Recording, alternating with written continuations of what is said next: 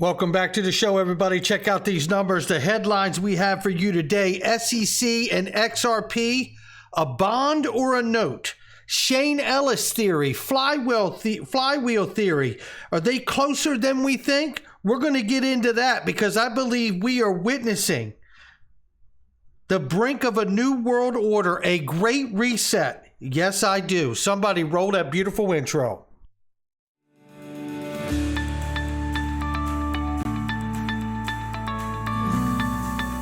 Digital Perspectives with Brad Kimes. Come on in.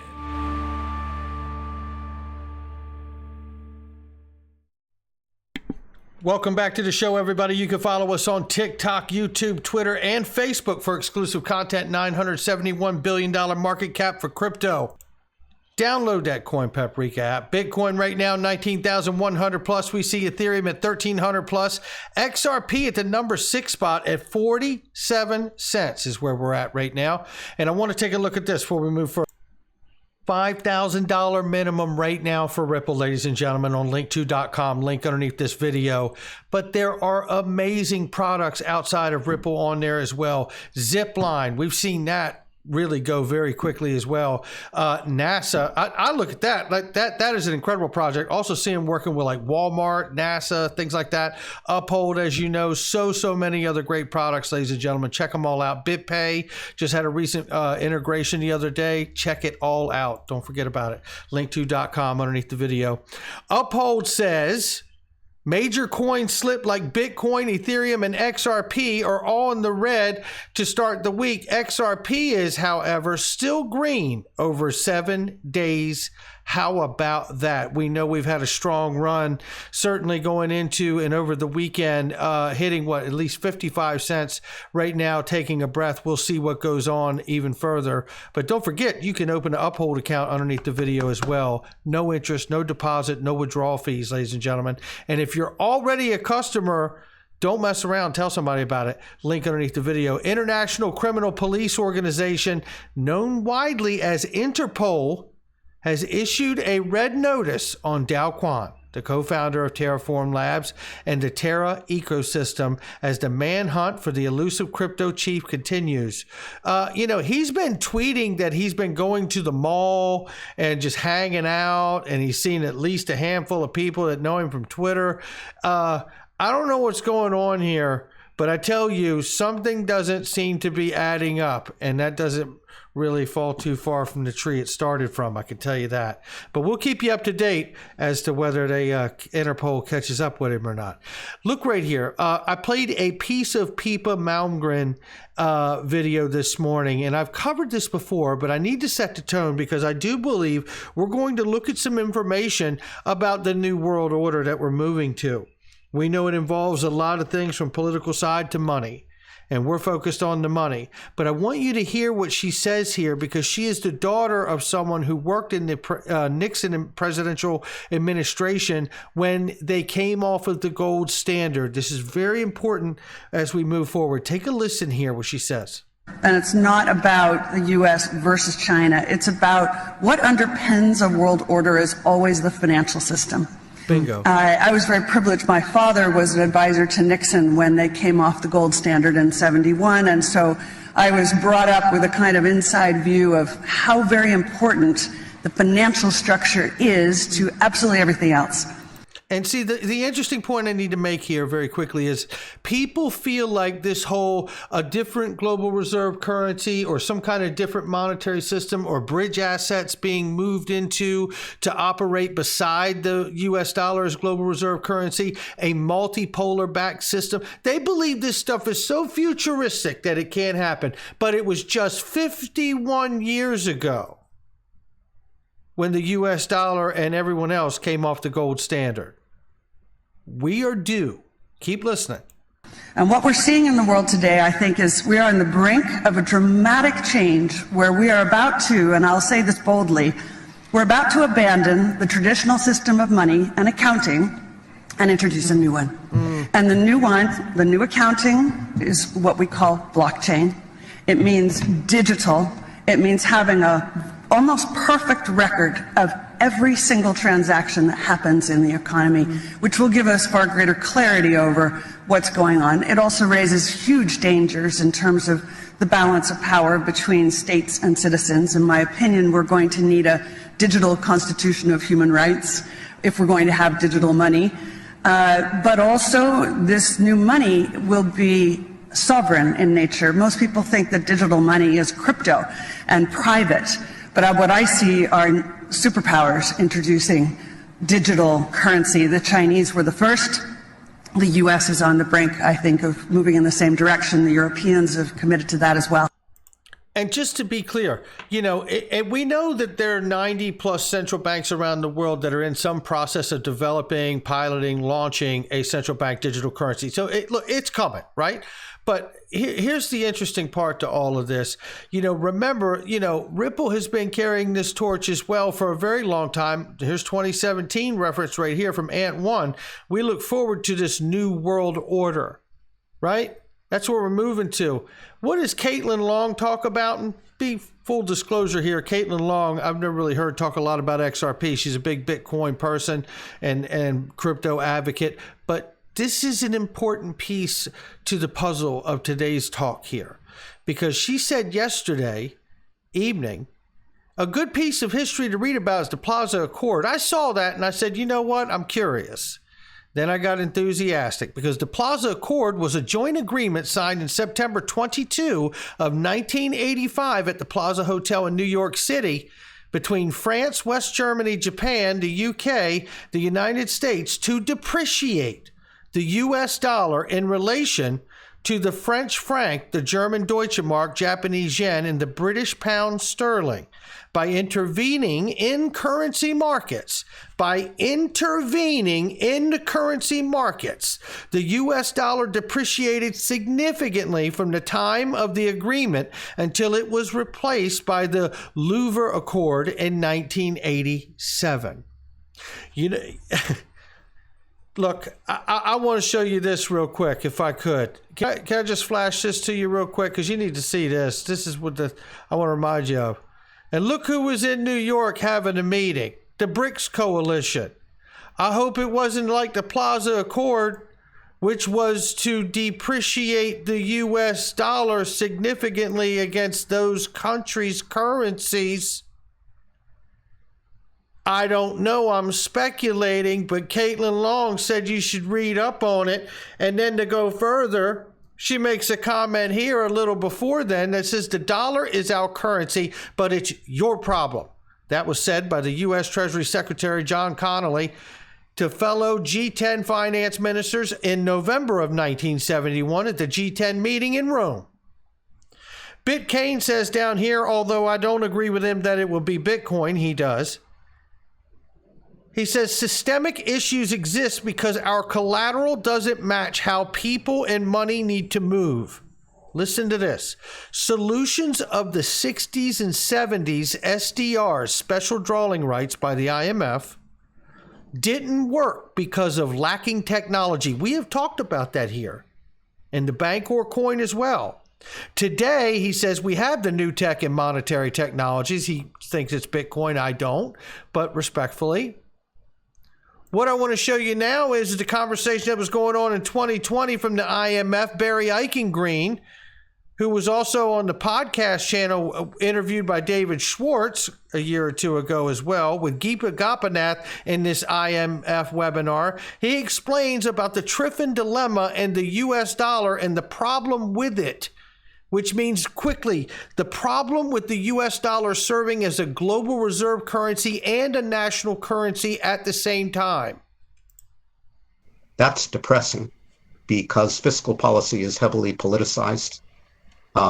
Fiscal policy works with even longer lags typically than monetary policy. What do we need to do in terms of reforming our fiscal institutions if we're going to have to rely on them more heavily? And the second part of the question would be, what do we have to do to get out of this position of dollar dominance? Because it has the undesirable effect of weakening monetary policy.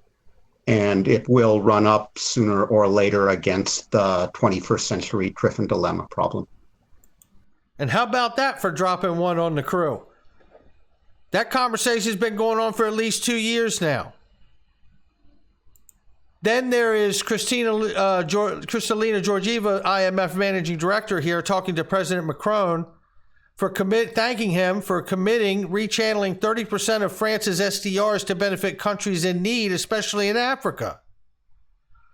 Think of how about you could get this to those countries immediately in 3 to 4 seconds if it was on the back of an XRP with that technology. Think of it. Through a smart contract where everything's done. Again, I don't know. I'm speculating. But, Caitlin Long talking about the Plaza Accord and the depreciation of the U.S. dollar, and we should read up on it. It's interesting.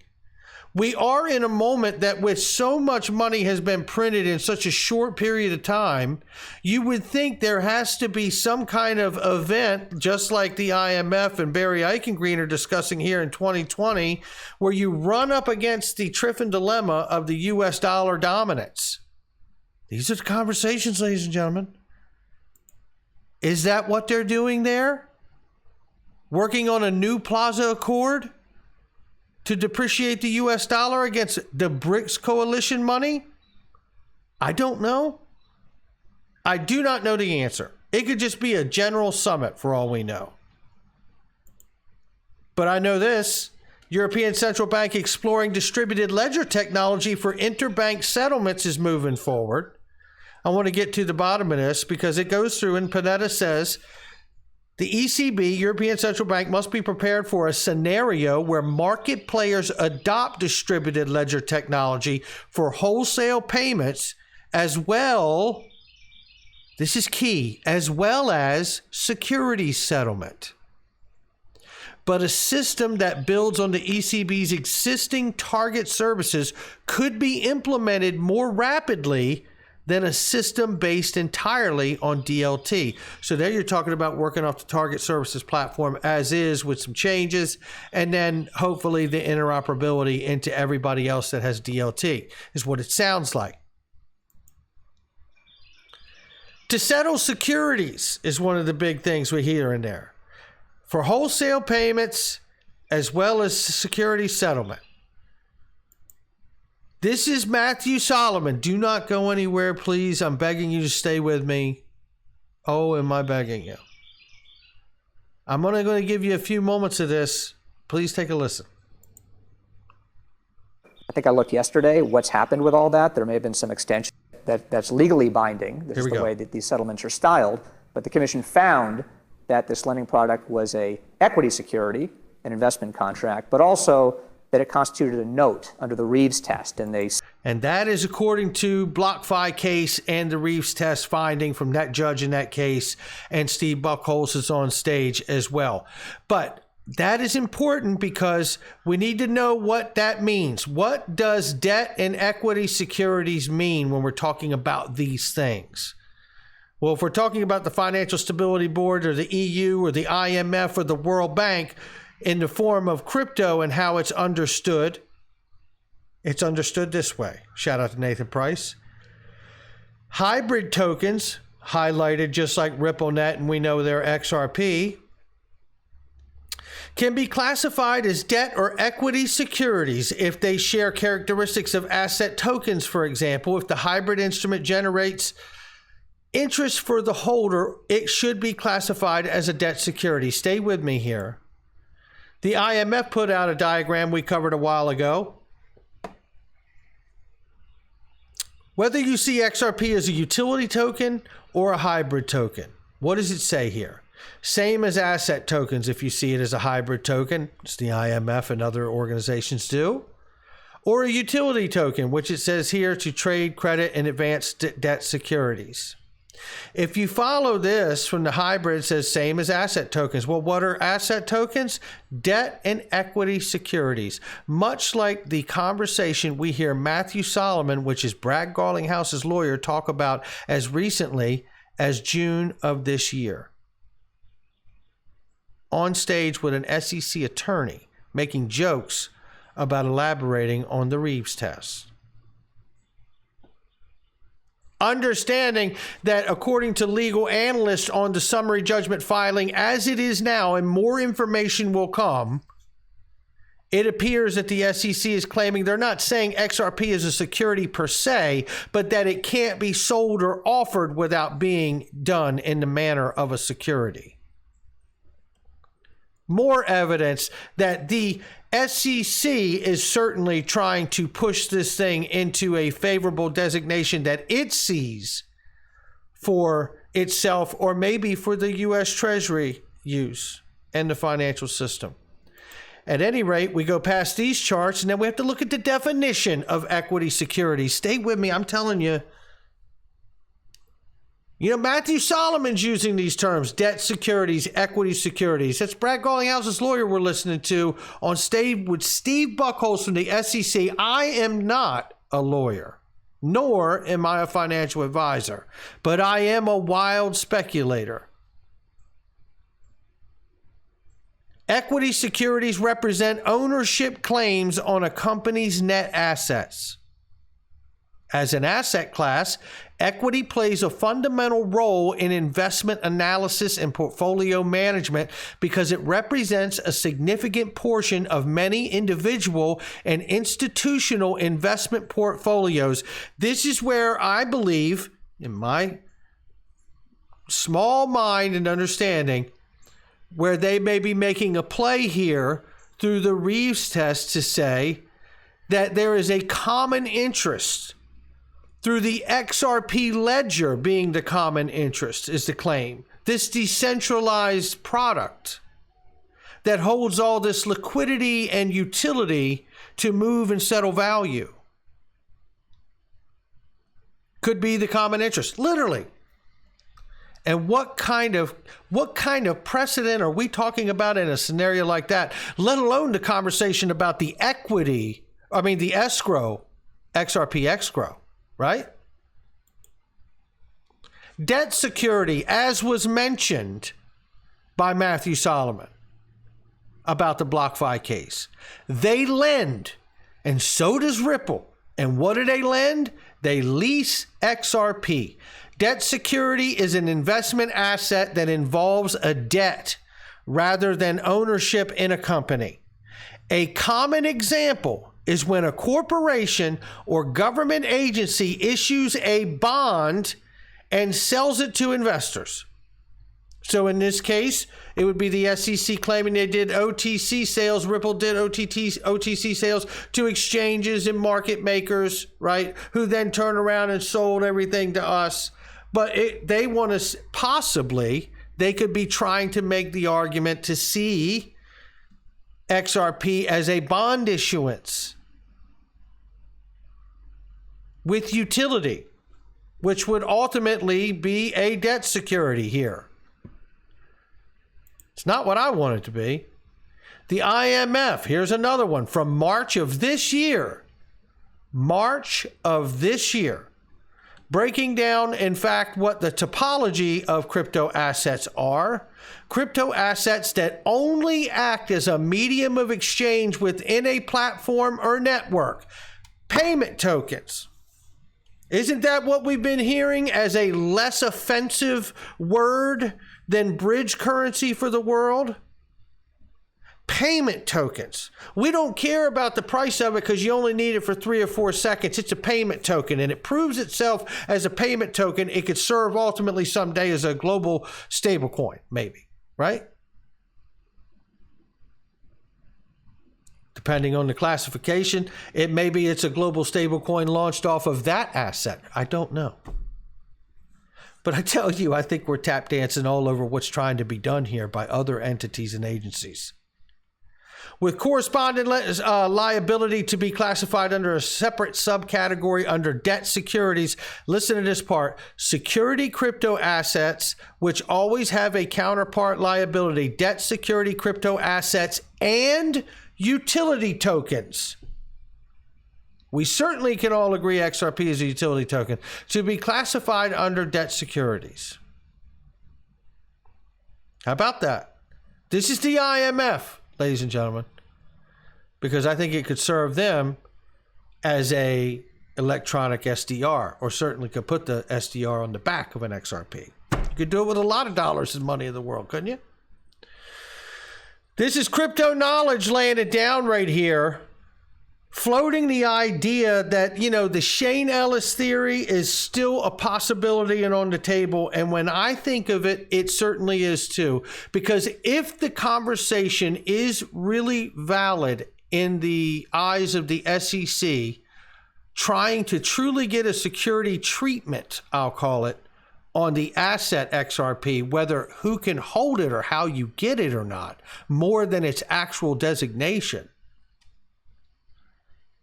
then I would say there is a hell of an opportunity here to see the Shane Ellis theory take place. Because if you have some kind of classification that pivots how you're able to get it, and exchanges may not be it unless you're ODL, and maybe you have to change gears and go through a bank, or maybe the banks just simply buy the crypto exchanges so it becomes their arm to reach out to cover payments. All of this is in the air, but you have to wonder. This moment that we're in isn't just about the central monopolists coming in and buying up this space for themselves, which is absolutely a truth. JP Morgan, Goldman Sachs, and the rest of them. Pennies on the dollar they're going to clean up for what's happened to this space, while the SEC, I believe, does the bidding for them. But maybe they're not the only ones. Maybe, just maybe, the SEC is also doing the bidding for the U.S. Treasury and the Federal Reserve. Because if the dollar is truly in as much trouble as I believe it to be in, and I know a lot of you hearing my voice do too, we have to ask ourselves, how can the Treasury, the U.S. Treasury, or the Fed, or just the U.S. government in general, not afford to have some XRP too? Not financial advice from me or anyone else. That's where we are on this day, ladies and gentlemen. Make sure you hit the like and subscribe, leave a comment below. I'll catch all of you on the next one.